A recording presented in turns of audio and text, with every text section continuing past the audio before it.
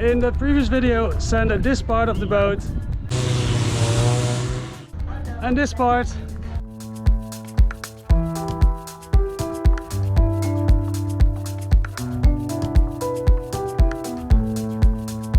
And now it's time to continue here. After Hurricane Beryl happened, we found ourselves a new home on the ocean. During the storm, a container smashed into the hull, creating various holes, and eventually landed on top of it. And her keel broke and was pushed inside the hull. In the last weeks we have started the process of fixing her up, and we really are doing our best to make her in a perfect condition again to be our home on the ocean for many years to come. There she is, Limonada 2.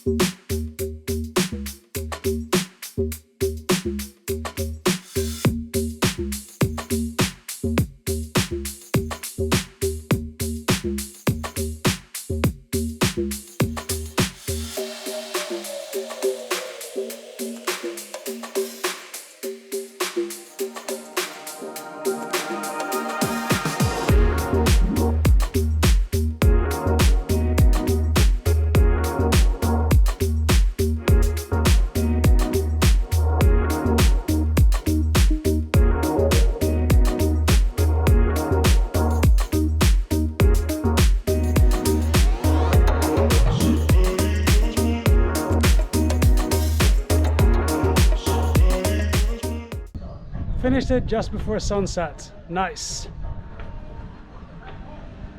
Tomorrow the other side.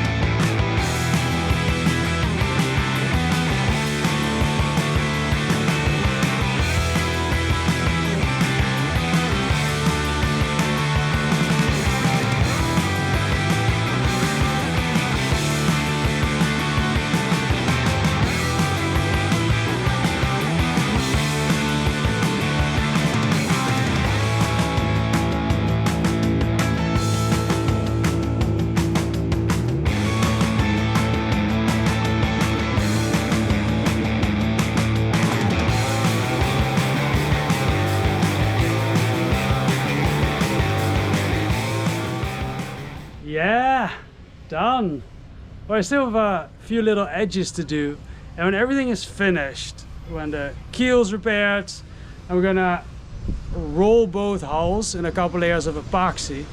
One more thing we're going to do is here on the sail drives you see anti-fouling, and then this yellow is a primer, and this type of anti-fouling has zinc in it or copper, and that's a dissimilar metal to aluminum.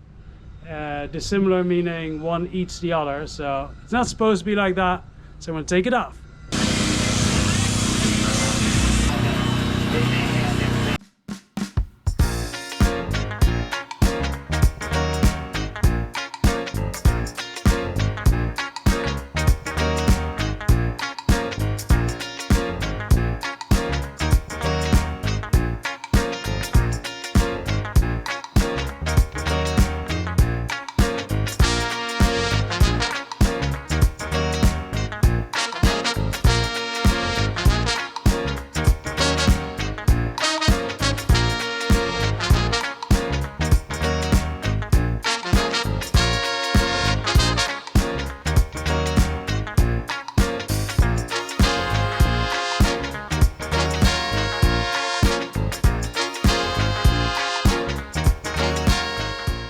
before continuing, I would like to take a moment to thank all of you guys for watching. Without all of you, this would not have been possible.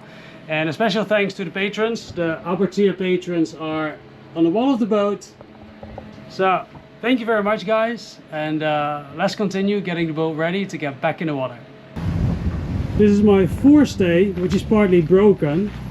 As you can see here, this fitting is pressed on. They call it swaged, and the aluminum here looks good.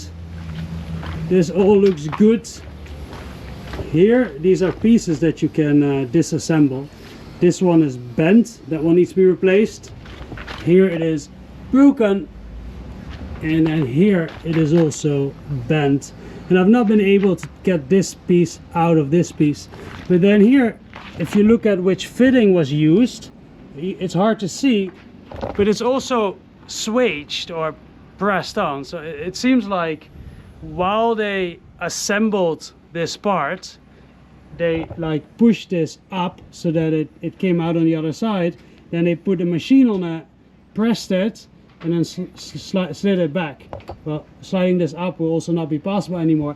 But it also means that there's no way to disassemble the wire. So the only way to repair it all seems to cut the wire and yeah, and go from there. I got this small cutter. I do not know if it's big enough for this wire. I'm guessing no.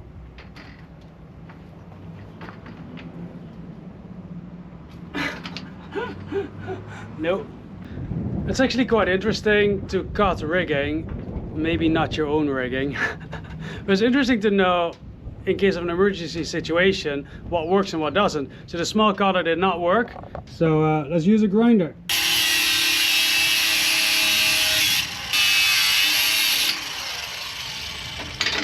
Definitely not reusable anymore now.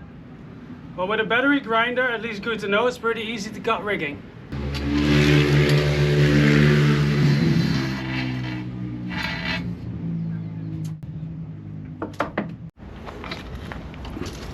Well, it definitely needs to be replaced now.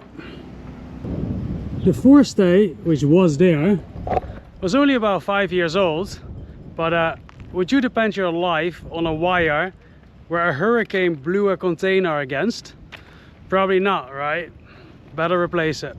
My next mission is to get this thing out, which is super stuck. I hope to keep this part all in one piece because it's very expensive. And okay, and this needs to be replaced anyway. So now I need to get this part off, which won't come off because this is bent here. And then I need that part to go out. So my idea is, if I cut it straight here, then this one should slide off, and then I can maybe use this pipe, put it in on the other side to jam this out.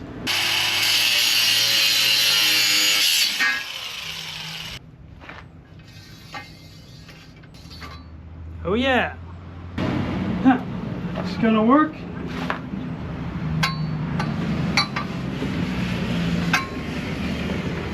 No. I still had another round piece of aluminum that was a little smaller and fit in perfectly, and this worked. That actually works. It's almost out. I think it's gonna come out now. Oh yeah. That was easier as expected. Next step is to take these pieces apart, to put them nicely next to each other. You know what, let's number them. You never know, I might need that in the future. At least then I remember what the order was. The nice thing about making YouTube videos is that if I don't remember how I did something, I can just watch it back. Alright, let's go. So this is going down, number 1.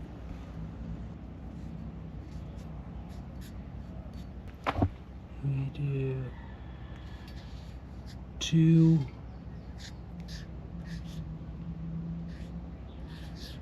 2. There's one thing that I'm actually really curious to know. Like, there's 2 end pieces. Like this you cannot disassemble. And well, this you cannot disassemble, but it's the most narrow piece. Like, would it actually fit through here or not? Let's check. No, there is no way that this would have fit through. So that means that at least I didn't cut the wire for nothing. I was correct. There's no other way of disassembling it without cutting this wire. Okay, get it all nicely bundled up until the rigger comes again. The plan is to be back in the water the 1st of December when the hurricane season ends and the cruising season starts again. Whether that's wishful thinking or not, I'm not entirely sure yet. In the previous couple of weeks, we spent a majority of our time doing preparation work to fix the damaged keel and to fix the hole in the boat. Also, I'm going to switch from ablative to hard anti-fouling. For that, all the old anti-fouling needs to come off. But most of all, I want this to be the boat for the next 10 years. I'm trying to do things right. So when all the repairs are done, I'm going to roll both hulls in layers of epoxy and only then put new anti-fouling on. Besides the hurricane damage that needs to be repaired, it's also a new boat for me, and there are a whole lot of other different things that I need to learn about the boat before going back in the water. A lot of you guys have been asking, when do I finally start the keel repair? Well, this is not just a tiny damage. This is a major structural damage. And I'm going to be really honest with you, I am not knowledgeable enough to be sure that I'm doing a really perfect job here. So in a couple of weeks, a friend of mine who has been a boat builder for many years is coming out, and we're going to do this together. Until he's here, I'm going to focus on all the other things that I need to do before going back in the water. One of those things is the sail drive. I never had a sail drive. I don't know how they work, and I would like to do maintenance on it. I need to make a plan to repair the roof. This is something I could also do somewhere else on anchor. I could technically sail with the roof like this. Of course, I prefer not.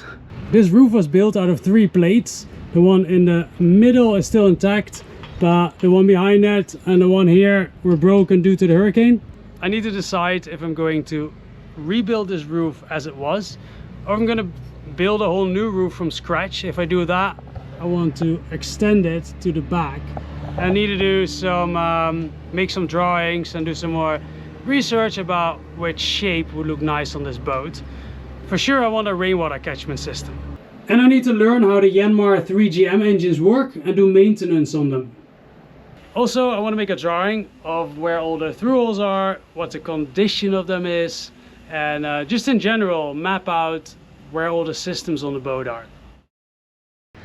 Another thing I need to do is I need to repair these stanchions where the seat is on. And this one too, I need to take it off. But there's a bit of a problem with that. This one I can reach, and that one, let me show you. It's attached to 2 bolts on the front. Let's go check here. One is visible as that one, but the other one is in front of here. So I'm going to need to cut this out. Okay, let's cut a hole in the boat. Do I want to cut a hole in the boat? No, not really actually, but it has to be done. For the first time, we're going to use oscillating multi-tool. Never used that before. Apparently much easier to make a clean cut with less dust. So let's do it. All right, let's do this. On second thought, this actually looks like sealant here. This might actually have been something you could open. Hey, let's open this up and see if we can just open it up with a knife.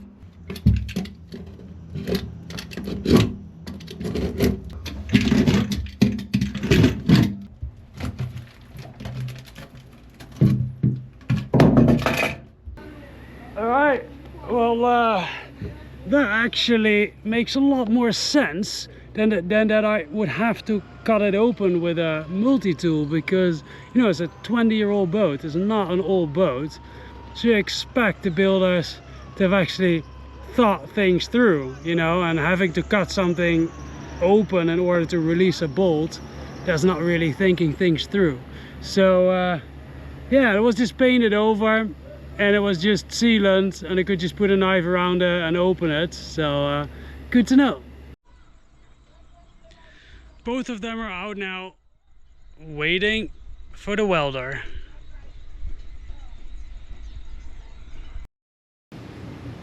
I need to have my front triangle aluminum welded over here, and the guy was supposed to do it, just keeps putting me off. And on an island like this, you just don't have a lot of choice, you don't have a lot of specialists, so I'm gonna bring it to town, see if they can fix it there.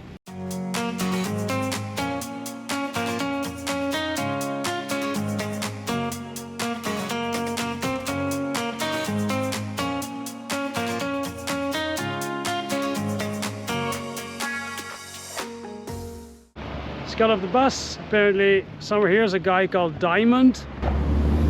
He can apparently fix it. Alright, gonna be finished in a couple of days. Gonna get things back together bit by bit.